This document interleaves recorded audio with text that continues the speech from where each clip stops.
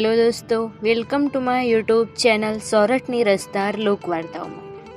મિત્રો, આજે આપણે વાત કરવાની છીએ ભારતમાં મહાકાલ નગરી તરીકે પ્રખ્યાત એવા ઉજ્જૈનની, જ્યાં મા હરસિદ્ધ ભવાનીનું પ્રસિદ્ધ મંદિર આવેલું છે, જે હાલ મધ્યપ્રદેશમાં છે.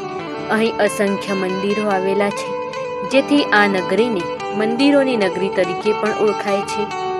અહીં માતા હરસિદ્ધિનું જગ પ્રસિદ્ધ મંદિર આવેલું છે, જો ક્ષિપ્રા નદીને કાંઠે માતા હરસિદ્ધ સ્વયં બિરાજમાન છે. આ મંદિર ઉજ્જૈન નગરીના મહારાજ વિક્રમાદિત્યએ બંધાવેલું છે. તો ચાલો જાણીએ માતા હરસિદ્ધના આ પ્રસિદ્ધ મંદિરનો પ્રાચીન ઇતિહાસ શું છે. શ્રી હરસિદ્ધ માતાનું મંદિર ઉજ્જૈનનો ઇતિહાસ એ છે. સુરવીરો, સતીઓ અને સંતોની ભૂમિ ગુજરાતમાં ગાંધવી ગામની બાજુમાં મિયાણ આવેલું છે. ત્યાં પ્રભાત સેન કરીને રાજા રાજ કરતા હતા. તેમને પ્રભાવતી નામની પતિવ્રતા પત્ની હતી, જે માતા હરસિદ્ધિની પરમ ભક્ત અને ઉપાસક હતી. એકવાર નવરાત્રિના સમયે રાણી પ્રભાવતી સાથે માતા હરસિદ્ધિ સ્વયં ગરબે રમી રહ્યા હતા. પછી માતાજી પોતાના સ્થાન તરફ જતા હતા, ત્યારે રાજા પ્રભાત સેને માતાજી પર કુદૃષ્ટિ કરી માતાજી કોપાયમાન થઈ ગયા. પ્રભાત સેનને શ્રાપ આપ્યો અને કહ્યું કે તારે રોજ સવારે ઉકળતા તેલની કડાઈમાં પડવાનું છે.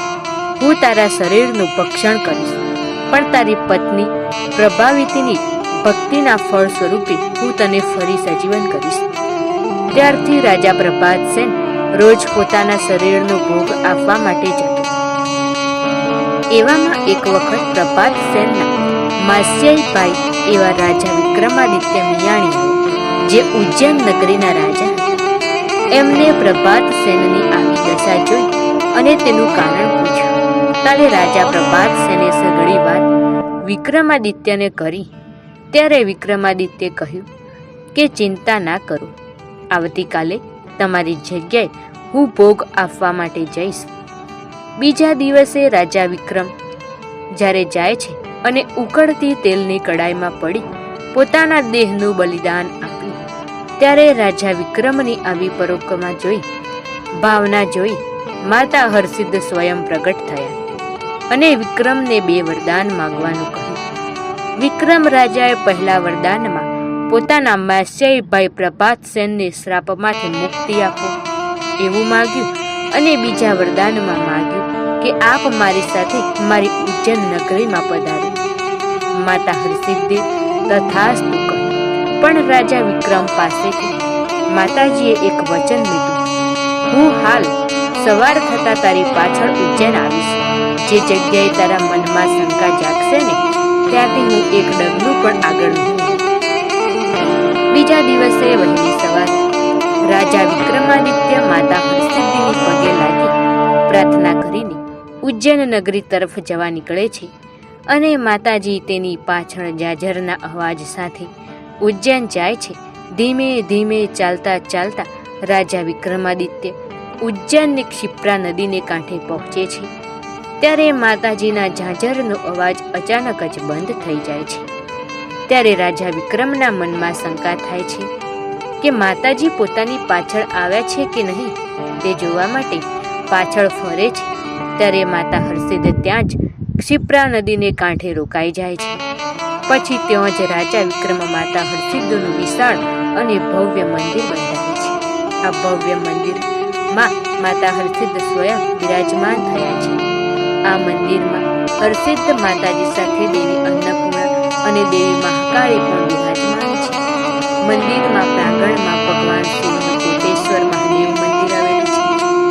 હરસિદ્ધ માતાના મંદિરની સામે જ અને વિશાળ 2 દીપ સ્તંભ આવેલા છે, જે નર નારીનું પ્રતીક માનવામાં આવે છે. જમણી તરફનો સ્તંભ મોટો છે, જ્યારે ડાબી તરફનો સ્તંભ નાનો છે એવું માનવામાં આવે છે. આ બંને સ્ત્રી પુરુષના પ્રતીક છે. એટલાક લોકો આને શિવ શક્તિનું પ્રતીક પણ માને છે.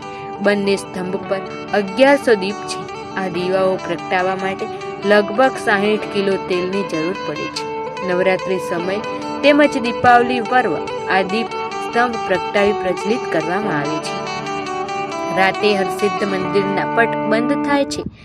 તે બાદ ગર્ભગૃહમાં વિશેષ પર્વનો અવસર પર વિશેષ પૂજા કરવામાં આવે છે. શ્રી સૂક્ત અને વેદોક્ત મંત્રોની સાથે થનારી આ પૂજાનું તાંત્રિક મહત્વ બહુ બધું છે. ભક્તોની મનોકામના પૂર્તિ માટે વિશેષ તિથિઓ આ પૂજામાં કરવામાં આવે છે. ઉજ્જૈન નગરીમાં માતા હરસિદ્ધ સિવાય સ્વયં ભગવાન મહાકાલેશ્વર મહાદેવ વિરાજમાન છે તથા કાલભૈરવ, મંગળનાથ, ગણેશજી અને બીજા અનેક ઐતિહાસિક મંદિરો આવેલા છે. હવે આપણે જાણવાનું છે કે માં હરસિદ્ધિમાં દિવસે અને રાતે જુદી જુદી જગ્યાએ રહે છે. માતા સતીના જ અંગ પડ્યા તો શક્તિપીઠના રૂપમાં સ્થાપના થઈ. ધર્મ ગ્રંથોમાં કુલ 51 શક્તિપીઠોની માન્યતા છે. આ શક્તિપીઠોમાં એક માતા હરસિદ્ધ છે. અહીં માતા સતીની કોણે પડી હતી તેમનું મંદિર મધ્યપ્રદેશના ઉજ્જૈન અને ગુજરાતના દ્વારકા બંને જગ્યાએ આવેલું છે. માતાની સવારની પૂજા ગુજરાતમાં અને રાતની પૂજા ઉજ્જૈનમાં થાય છે. માતાનું મૂળ મંદિર ગુજરાતના દ્વારકામાં આવેલું છે. અહીંથી મહારાજ વિક્રમાદિત્ય તેમને પ્રસન્ન કરીને પોતાની સાથે ઉજ્જૈન લઈ ગયા હતા. આ વાતનું પ્રમાણ એ છે કે બંને દેવીઓ પૃષ્ઠભાગ એક જ જેવું છે. મહારાજ વિક્રમાદિત્યના કુળદેવી મહાસિદ્ધ ભવાની છે. મંદિરને લઈને ઘણી પૌરાણિક કથાઓ છે. માન્યતાઓ એ છે કે ઉજ્જૈનના સમ્રાટ વિક્રમાદિત્યની આ કુળદેવી અને તેઓ તેમની પૂજા પણ કરતા હતા. ગુજરાતમાં બ્રાહ્મણ પરિવારના લોકો આજે પણ તેમને કુળદેવી માનીને તેમની પૂજા કરે છે. જૈન ધર્મ માનનારા લોકો પણ આ દેવી પ્રત્યે ઊંડી આસ્થા છે. તેમની સાથે એક રસપ્રદ વાત જોડાયેલી છે. માતાનું મૂળ મંદિર કોયલા પર્વતના ઊંચા શિખર પર સ્થિત હોવાનું માનવામાં આવે છે. પણ હવે માતાજીની પૂજા જે મંદિરમાં થાય છે તે આ પર્વતથી ઘણું નીચે આવેલું છે. તેની પાછળ એક રસપ્રદ વાર્તા એ છે. કોયલા પર્વત પર સ્થિત મંદિરથી માતાની દૃષ્ટિ સમુદ્રમાં જળ સુધી જતી હતી. તેઓ પસાર થનારી હોડીઓ સમુદ્રમાં વિલીન થઈ જતી હતી. એક વખત કચ્છના જગડુશાહ નામના વેપારી હોડી ડૂબી ગઈ અને તેઓ ભારે મુશ્કેલી બાદ બચ્યા. પછી વેપારીઓ માતાનું મંદિર કોયલા પર્વતની નીચે બનાવડાવ્યું અને માતાને પ્રાર્થના કરી એક નવા મંદિરમાં નિવાસ કરવા માટે. આ પછી સમુદ્રમાં તે સ્થળ પર હોડીઓ ડૂબવાની ઘટના બની. હરસિદ્ધ માતા પૂજા ભગવાન શ્રી કૃષ્ણ અને યાદવ કરતા હતા. તેમને મંગળમૂર્તિ દેવીના રૂપમાં પણ ઓળખવામાં આવે છે. પણ જ્યારે તેમની તપસ્યાથી ભગવાન શ્રી કૃષ્ણે જરાસંઘ વધ કર્યો ત્યારે યાદવોએ પ્રસન્ન થઈને તેમનું નામ હરસિદ્ધ માતા રાખ્યું. રાજા વિક્રમાદિત્ય માતાના પરમ ભક્ત હતા. તેઓ 12 વર્ષ એક વખત માથું કાપીને માતાના ચરણોને અર્પણ કરતા હતા. પણ માતાની કૃપાથી તેમનું માથું ફરીથી જોડાઈ જતું હતું. આવું રાજાએ 11 વખત કર્યું. 12મી વખત જ્યારે રાજાએ પોતાનું માથું માતાના ચરણોમાં ચડાવ્યું તો તે જોડાઈ શક્યું નહીં. આ પછી તેમનું જીવન સમાપ્ત થઈ ગયું. આજે પણ માતાના મંદિરમાં 12 સિંદૂર લાગેલા માથા છે. માન્યતા છે કે આ રાજા વિક્રમાદિત્યના કપાયેલા માથા છે. આજે પણ ઉજ્જૈનમાં માતાની આરતી સાંજના સમયે થાય છે અને સવારના સમયે વિરાજમાન છે. ઉજ્જૈનમાં હરસિદ્ધ માતાનું મંદિર મહાકાલેશ્વર મંદિરના પશ્ચિમ દિશામાં સ્થિત છે. બંને મંદિરોની વચ્ચે એક માતા છે. પૌરાણિક રુદ્રસાગર બંને મંદિરોના ગર્ભગૃહમાં માતા શ્રી યંત્ર પર વિરાજમાન છે. તંત્ર સાધના માટે ઉજ્જૈનમાં સ્થિત માતા હરસિદ્ધિનું મંદિર ઘણું પ્રસિદ્ધ છે. માતા હરસિદ્ધિની આસપાસ મહાલક્ષ્મી, મહાસરસ્વતી પણ વિરાજમાન છે. માતા મંદિરમાં શ્રી કોટેશ્વર મહાદેવ મંદિર પણ સ્થિત છે. જો કાલ સર્પદોષના નિવારણ માટે પૂજા કરવામાં આવે છે. મિત્રો, વિડીયો પસંદ આવે તો વિડીયોને લાઈક, શેર, કમેન્ટ કરજો. ચેનલમાં નવા હોય તો ચેનલને સબસ્ક્રાઈબ કરજો. ધન્યવાદ.